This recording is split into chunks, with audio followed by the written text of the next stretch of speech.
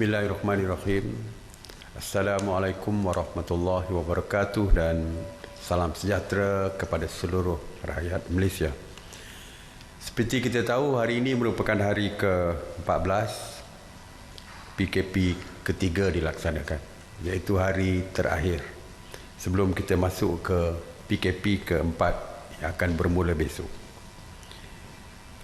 Pihak PDRM melaporkan bahawa semalam mereka telah mengadakan sebanyak 832 sekatan jalan raya di seluruh negara dan melakukan pemeriksaan ke atas 616,917 kenderaan. Sebanyak 41,830 pemeriksaan mengejut telah diadakan di seluruh negara dengan sebanyak 6,698 premis telah diperiksa oleh pihak berkuasa. PDRM telah menangkap 489 individu berbanding dengan 606 individu pada hari sebelumnya kerana engkar PKP, yang merangkumi 465 individu direman dan 24 individu diberikan jaminan polis. 741 individu telah dituduh di mahkamah di atas kesalahan engkar PKP. Jumlah tangkapan kumulatif engkar PKP sehingga semalam adalah seramai 21,106 individu. Semalam saya menyebut tentang kes Rohingya, yang mana pihak polis saya kata akan melakukan siasatan. Sehingga semalam 19 laporan polis telah pun dibuat yang berkaitan dengan kes yang berkaitan dengan Rohingya ini. Dan pihak polis telah pun membuka 4 kertas siasatan. Mengenai berita palsu, sehingga semalam PDRM dan SKMM telah membuka sebanyak 238 kertas siasatan yang berkaitan dengan berita palsu COVID-19. Daripada jumlah tersebut, sebanyak 170 masih di dalam siasatan, manakala 24 telah pun didakwa di mahkamah dan 13 telah pun mengaku salah. Oleh itu, saya ingin meminta supaya orang ramai lebih berhati-hati sebelum menyebarkan sebarang kandungan yang diragui kesahihannya, dan boleh menyemak kesahihan berita tersebut melalui portal sebenarnya.my. Saya perlu beri ingatan, jika tidak pasti, jangan sekali-kali mengongsikannya, kerana yang menyebarkan, yang mengongsikan berita palsu juga boleh diambil tindakan. Dan PDRM dan SKMM akan mengambil tindakan yang tegas terhadap mereka yang menyebarkan berita palsu. Ops Sanitasi Awam di bawah kawal selia KPKT sejak 30 Mac 2020 telah melakukan 4,519 operasi sanitasi termasuk di 13 zon merah. Sebanyak 8,311 premis kerajaan, premis perniagaan dan kawasan awam telah pun disanitasi. Semalam, sebanyak 272 operasi sanitasi yang meliputi 44 zon merah dan zon kuning di 11 negeri, termasuk 57 operasi di Johor dan 42 operasi di Perak. Ops sanitasi semalam merangkumi 46 bangunan kerajaan, 37 tempat awam, 59 pusat perniagaan dan 8 pasaraya. Mengenai pengurusan pusat kuarantin, setakat semalam sebanyak 225 pusat kuarantin telah dibuka dan beroperasi berbanding dengan 221 pada hari sebelumnya, yang mana 17,164 individu sedang menjalani proses kuarantin wajib. Semalam, seramai 1,267 rakyat Malaysia telah pulang ke tanah air dan telah pun dikuarantin secara wajib. Seramai 23,214 rakyat Malaysia yang pulang dari luar negara telah pun dikuarantin wajib sejak 3 April yang lepas. Dan sejak 17 April, 9,281 individu telah pun selesai menjalani tempoh kuarantin wajib dan dibenarkan pulang ke kampung halaman masing-masing. Mengenai penghantaran pelajar pulang ke kampung masing-masing, malam tadi 790 pelajar IPT telah pun bergerak pulang ke kampung masing-masing di zon utara, iaitu di Perlis, Kedah dan juga Pulau Pinang. Alhamdulillah, mereka semuanya telah selamat tiba di kampung halaman masing-masing. Terdapat malam tadi 9 universiti yang terlibat. Dan malam ini 88 pelajar daripada zon utara akan bergerak ke zon tengah. Daripada Universiti UNIMAP, UUM, UITM, Pulau Pinang, USM dan UITM Merbuk. Dan mereka akan bergerak menggunakan bas dari semalam yang menghantar pelajar ke zon utara. Selepas disanitasi bas tersebut, mereka akan bergerak malam ini untuk ke zon tengah.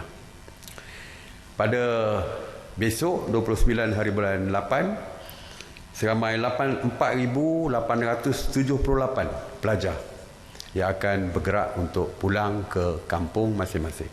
Tetapi kesemuanya di dalam zon yang sama, interzone.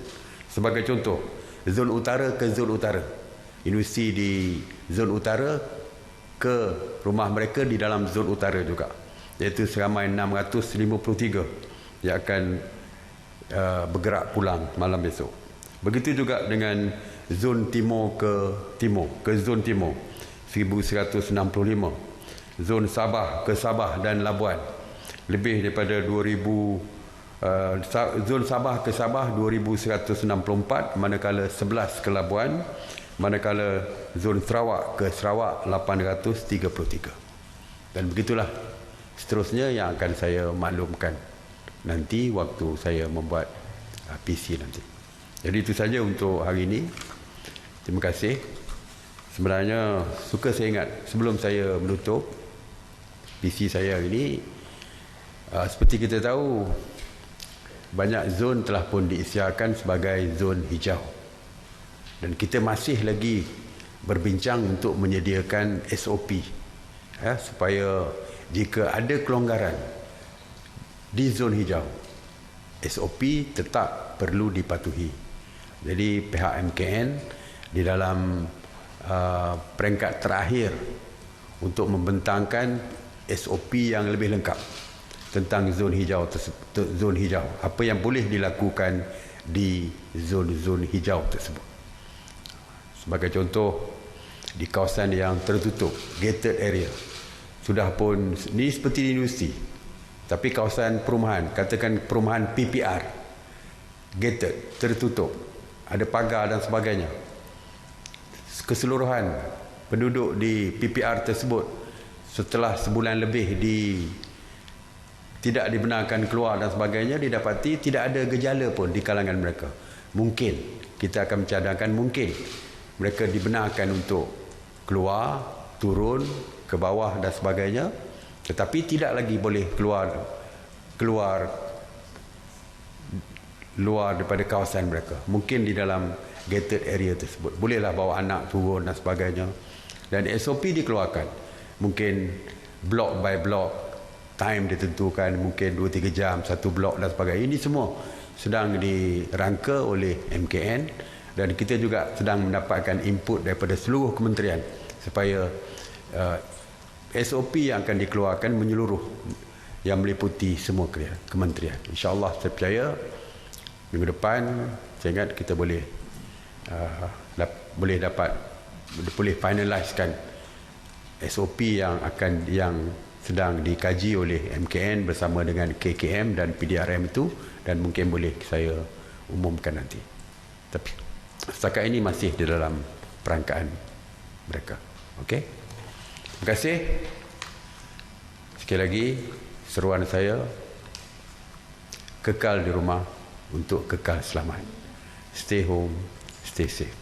Terima kasih. Saya buka kepada soalan.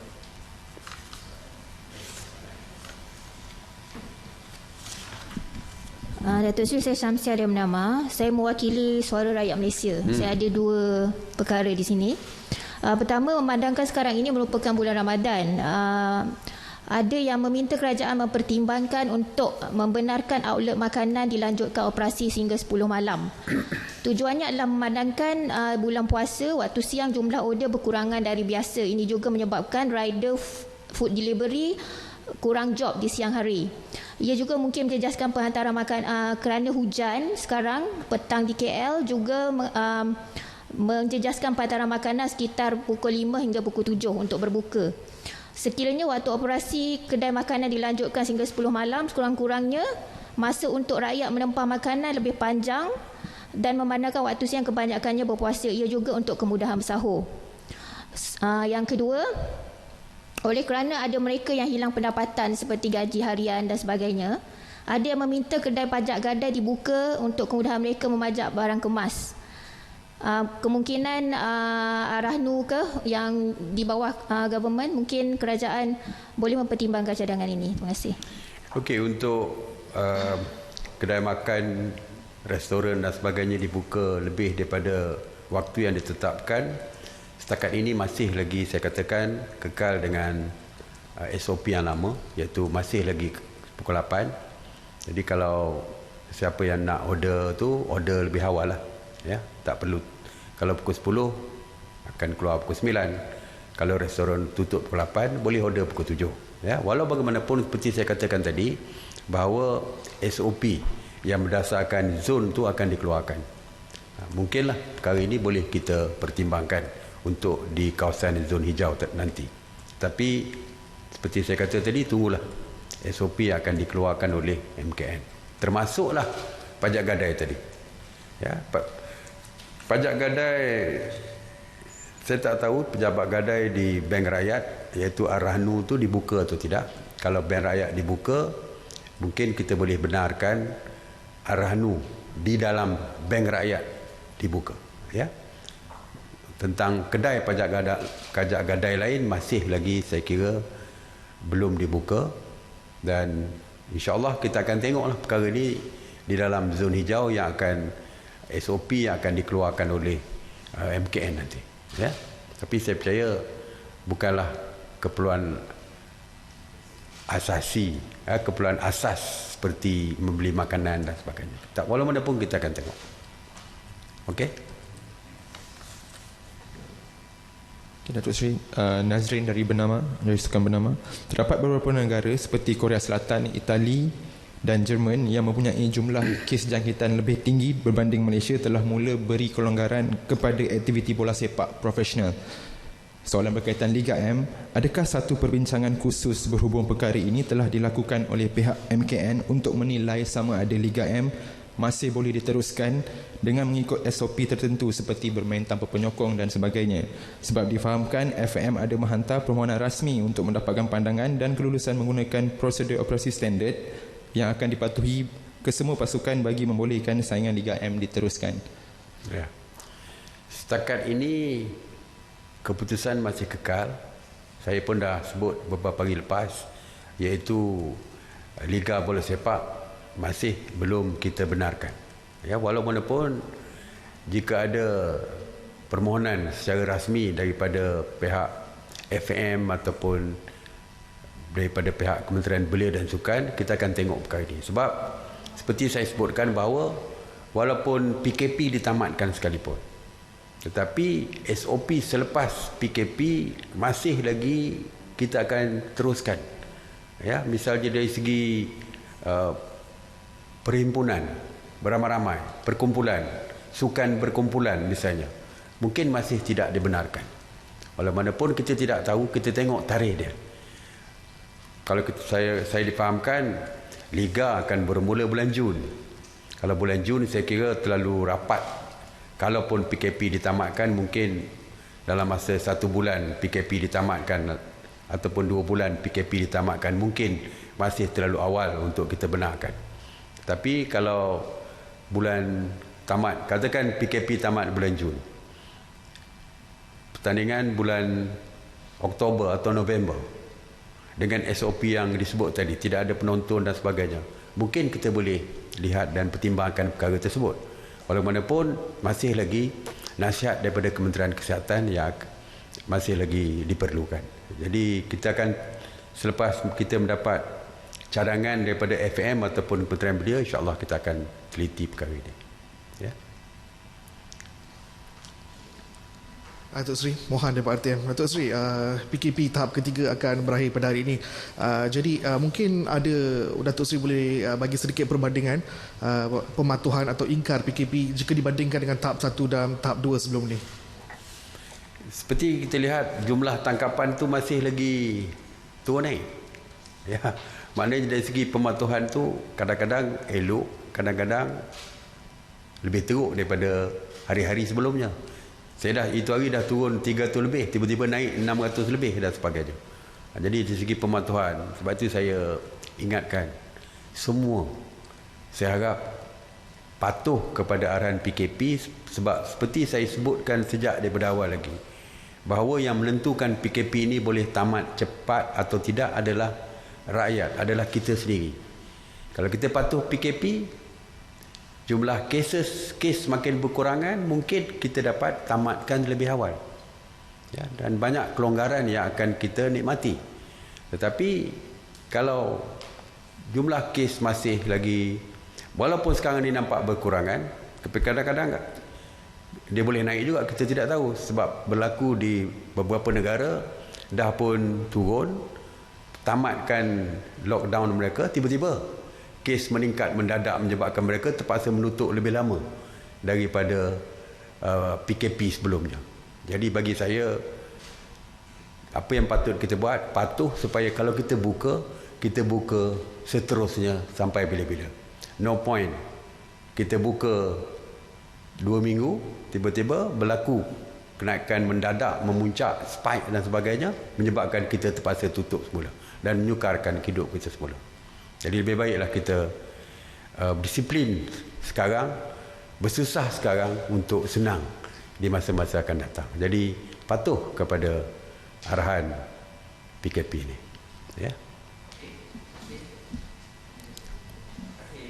Okey, Datuk Seri, semalam Datuk Seri maklumkan ada KKM akan berujuk pada mesyuarat hari ini berkenaan tindakan seterusnya di pasar awam untuk pastikan COVID tidak merebak. So apa update? Dan adakah MKN akan buat saringan terhadap peniaga di pasar awam lain yang ambil bekalan dari pasar Borong Selayang? Ya. Di pasar Borong Selayang kita dapati ada kes, ya, ada kes COVID positif.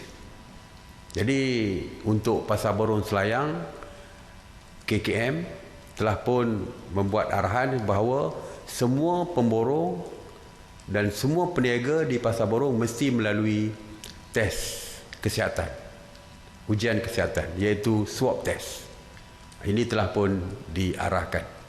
Dan mereka yang mempunyai kad ataupun pengesahan daripada hospital, daripada klinik swasta, klinik mana-mana yang mereka pergi, setelah mendapat surat yang mengatakan mereka bebas, mereka negatif COVID-19, baru dibenarkan untuk masuk, untuk menjalankan perniagaan ataupun pemandu lori untuk mengambil produk-produk ataupun barangan daripada pasar Borong untuk dibawa tempat lain.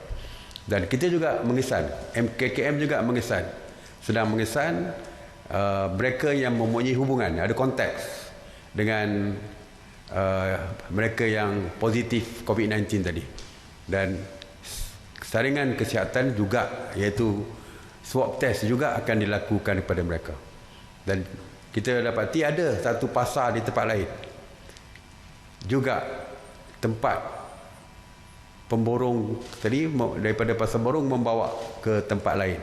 Pasar itu juga akan dipastikan supaya peniaga-peniaga di situ juga menjalankan saringan kesihatan iaitu swab test seperti di pasar borong juga. Jadi mana yang ada kaitan akan dilakukan saringan kesihatan COVID, swab test kepada peniaga-peniaga, sama ada di pasar borong ataupun di pasar yang mempunyai hubungan ataupun konteks dengan pemborong daripada pasar borong Selayang tersebut.